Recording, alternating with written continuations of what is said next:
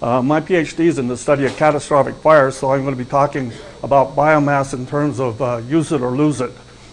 I'm going to pick up where Sarah left off, kind of, in that I'll be differentiating between live and dead biomass and looking at changes over time. But the time frame I'm going to be looking at is about 200 years, from 1800 to about the present. I've got about 2 buttons extra more than I can handle here, so let's see. There we go.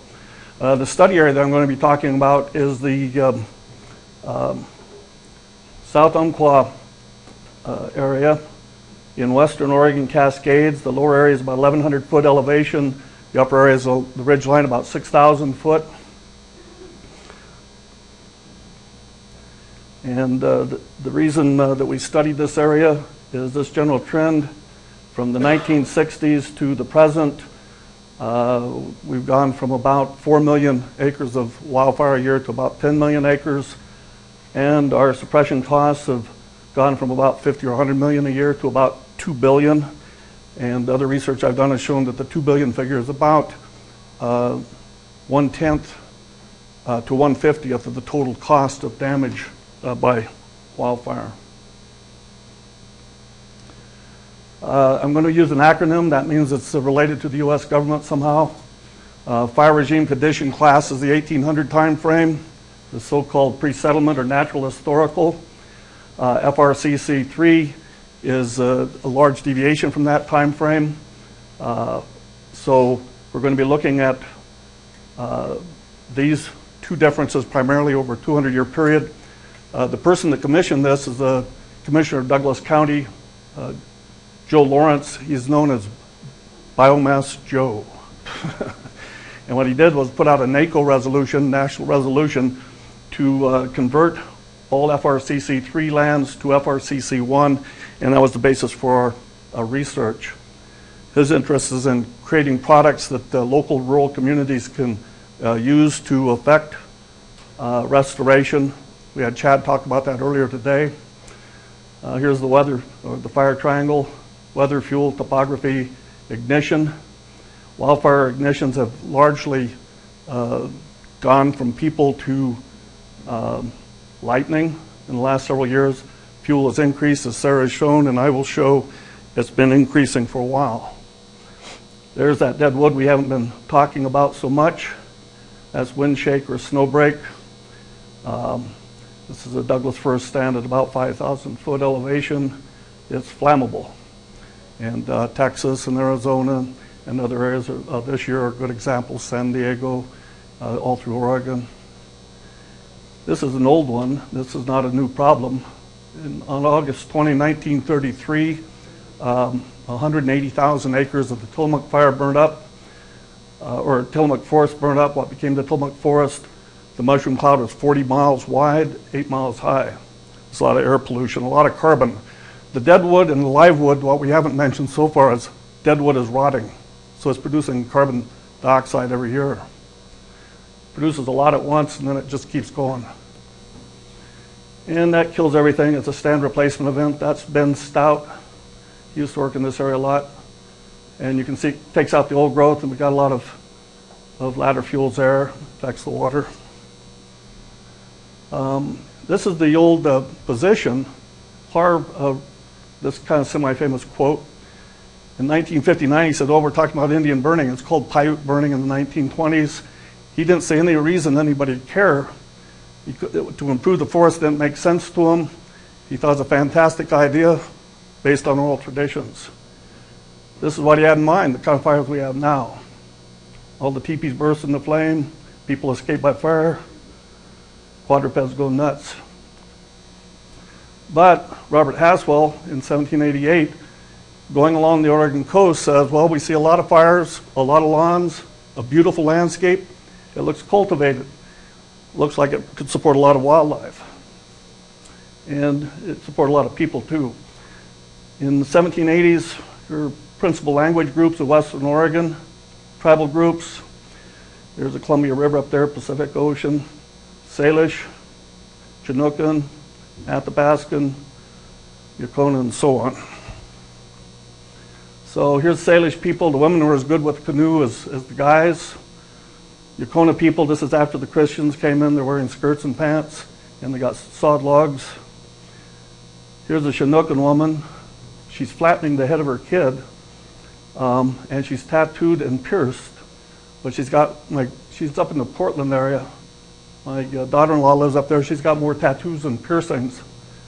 And people that think that's kind of crude, liposuction is more invasive and disfiguring.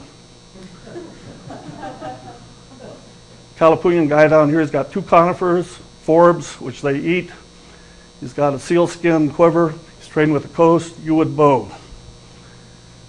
This landscape is managed by fire. And we're talking about millions of acres of western United States. 3 ways of doing it: firewood gathering and burning. That takes out the dead wood. It's a commodity. Patch burning rejuvenates berry patches and so on.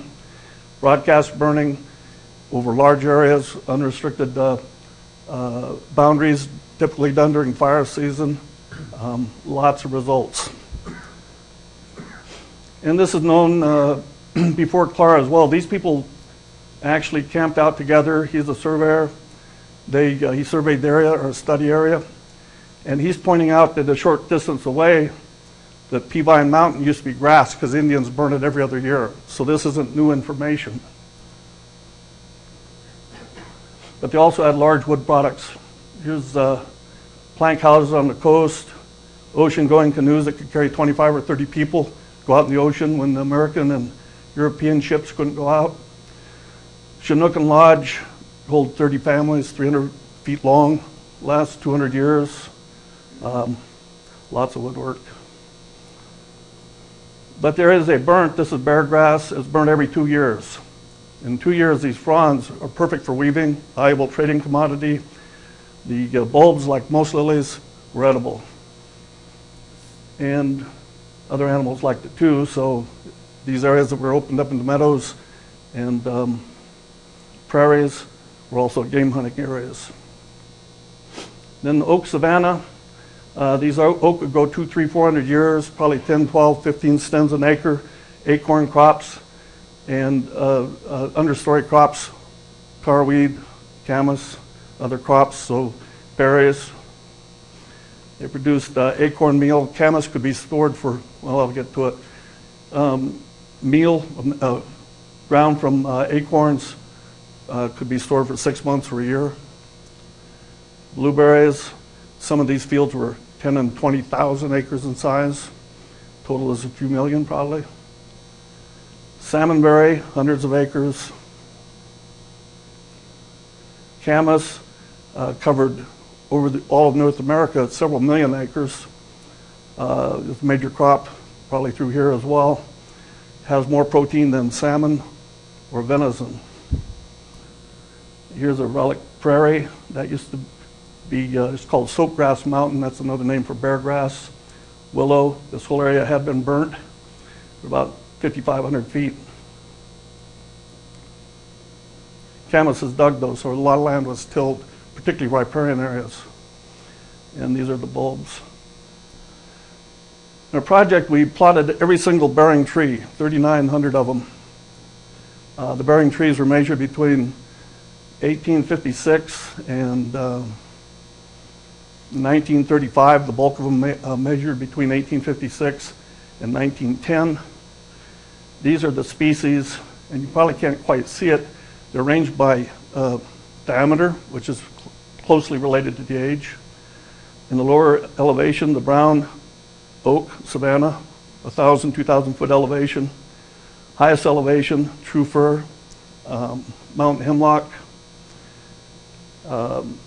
Intermediate, the large yellow is pine, and red is cedar. They pretty much cover the whole area. I haven't put Douglas fir in there because that's kind of a slide of itself. This is one of the ways we used to determine what the forest types were like in 1800. Another thing we used was understory vegetation, high elevation, huckleberries, brown everywhere, that's nuts, chinquapin, hazel, acorns, green, north slope, lower elevation, salal berries. And we came up with this veg pattern. These are trails, Indian trails. Some of them were still being surveyed in the 1930s. Upper elevation, subalpine conifer. Just underneath it, up to about 4,500 foot elevation, pretty much solid Douglas fir. Darker green in through there, pine woodlands, 10, 12, 18 stems an acre, and lower area there, oak savanna, grasslands, prairies, oak. So that was the FRCC1. Then we went over the whole area. Each one of those red dots is a photo point, and typically we took a whole 360-degree panorama, and we took GPS coordinates, created a GIS layer, obviously, took about 5,000 total photos to see what relic plants were in place, and if we could differentiate between ages, between 1800 and subsequent. Major pattern we found, here's all of the bearing trees that are Douglas fir. And you can see at the up to 4,500 foot elevation, the large diameter trees, a couple of hills, but they've covered everywhere. They moved everywhere. Most of those size classes are small to medium dots. So the question is, did these follow a stand replacement event, such as a wildfire, which is what I was taught in school? They had a fire and then they seeded in, or did they invade? Did they move into prairies and woodlands and savannas to an absence of fire? So here's the measurements. This is just a typical one. On Squaw Flat, 1825, we cored trees. We had 10 areas we used, each one about 700 or 800 acres. Wanted to get a landscape perspective. The dark blue is Douglas fir. 1825, here is the distribution of species by diameter.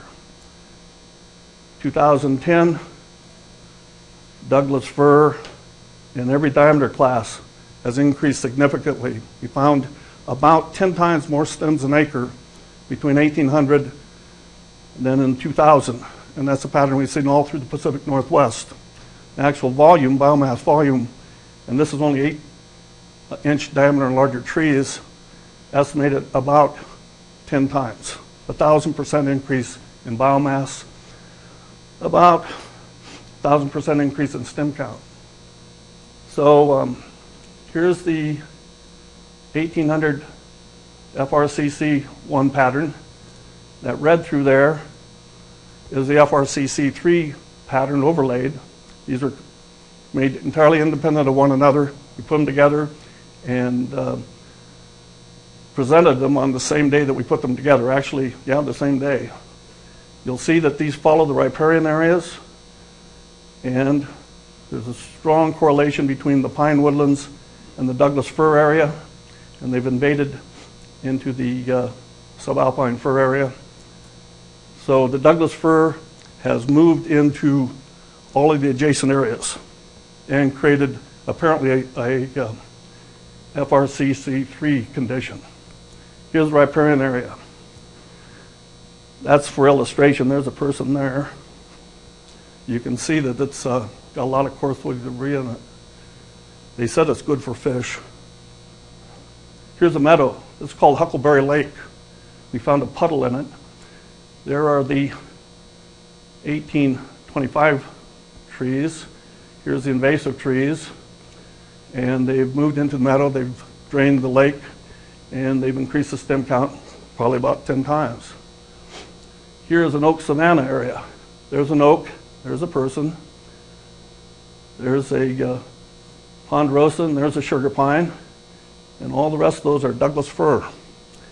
There's no evidence of a burn. This is all invasive. And it's similar all over 230,000 acres. Here's the pine area. There's a pine, Douglas fir, little madrone, a lot of litter. These are typical. These aren't unusual or select. Well, they're selected because they illustrate a point, but they illustrate a point that we found everywhere. Here's the Douglas fir area. Douglas fir, yellow pine, and the invasive trees, some of them are 30 to 40 inches in diameter. Those are trees that have grown up since Indians were removed from the landscape. We've got a screen on the east side that says we're not supposed to remove any trees over 21 inches, but most of these trees, not most of them, but a lot of them, are over 30 inches. And they're competing with the old growth. They're actually killing them off. They're creating ladder fuels, contiguous canopy. And this is what happens. 2009, they had the first 2 stand replacement events of any magnitude within the study area that we could determine over the last 300 or 400 years. This is 3,000 acres that went up one morning. This is the Rainbow Creek fire. And another one just nearby was about 7,000 acres. So about, I think, total 13,000 acres of stand replacement events.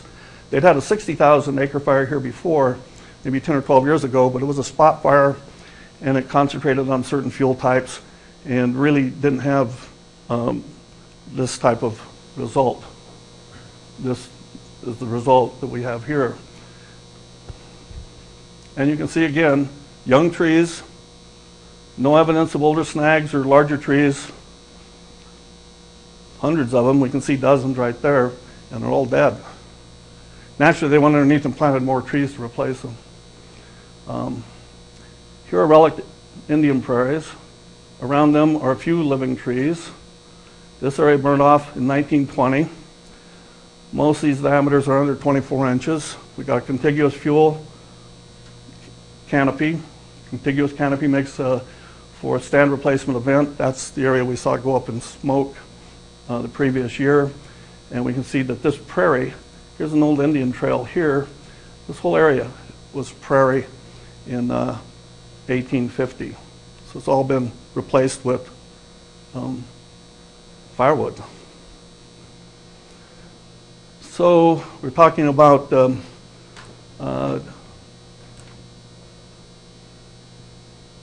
dead trees.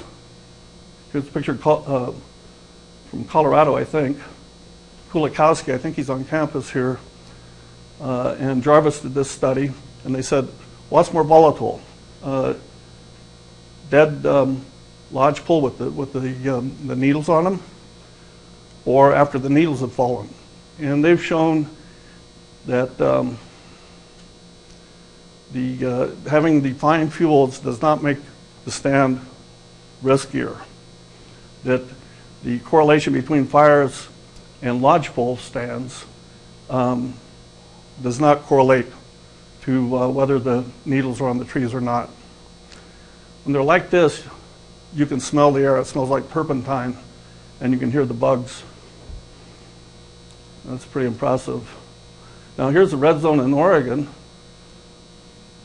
and it turned gray. So now we got, I think this area is about 230,000 acres. This is from a lookout tower. If you look at from the lookout tower in the 1930s, or an aerial photo, you'll see a scattering of old-growth ponderosa. These are invasive lodgepole. The bugs have killed the ponderosa. We're told that young trees aren't affected by bugs. Plantations near here, which were put in by Weyerhaeuser 30 years ago, equally devastated. When the fire goes through there, it'll kill the green trees too.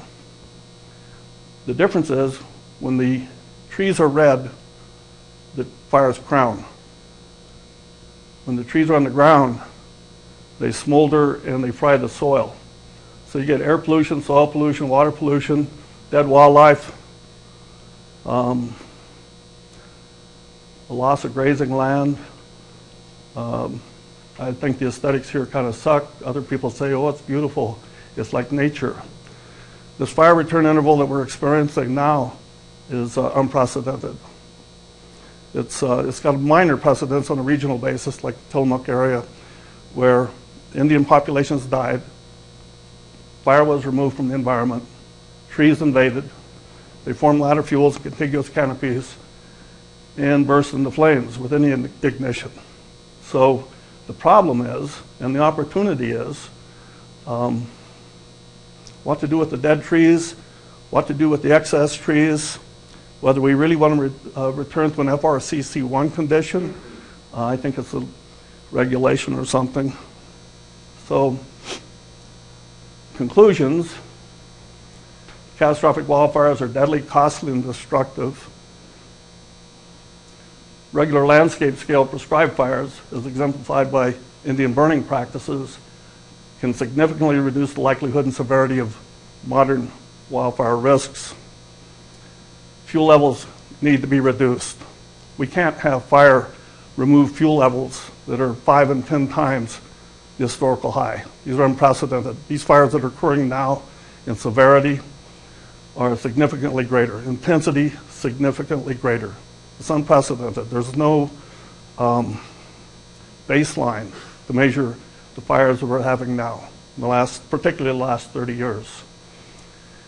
In order to let lightning burn safely without creating a lot more damage to the environment, we've got to get the fuel out of the way.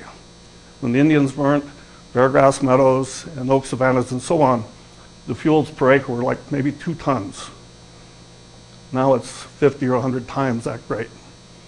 Okay, removing dead trees and shrubs and invasive conifers from forests and grasslands allows the safe reintroduction of fire.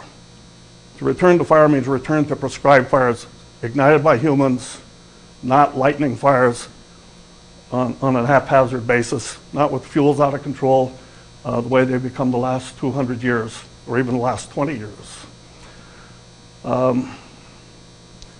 Converting these fuels to useful products for the people that are worried about carbon dioxide. I kind of like carbon dioxide, but people are worried about it.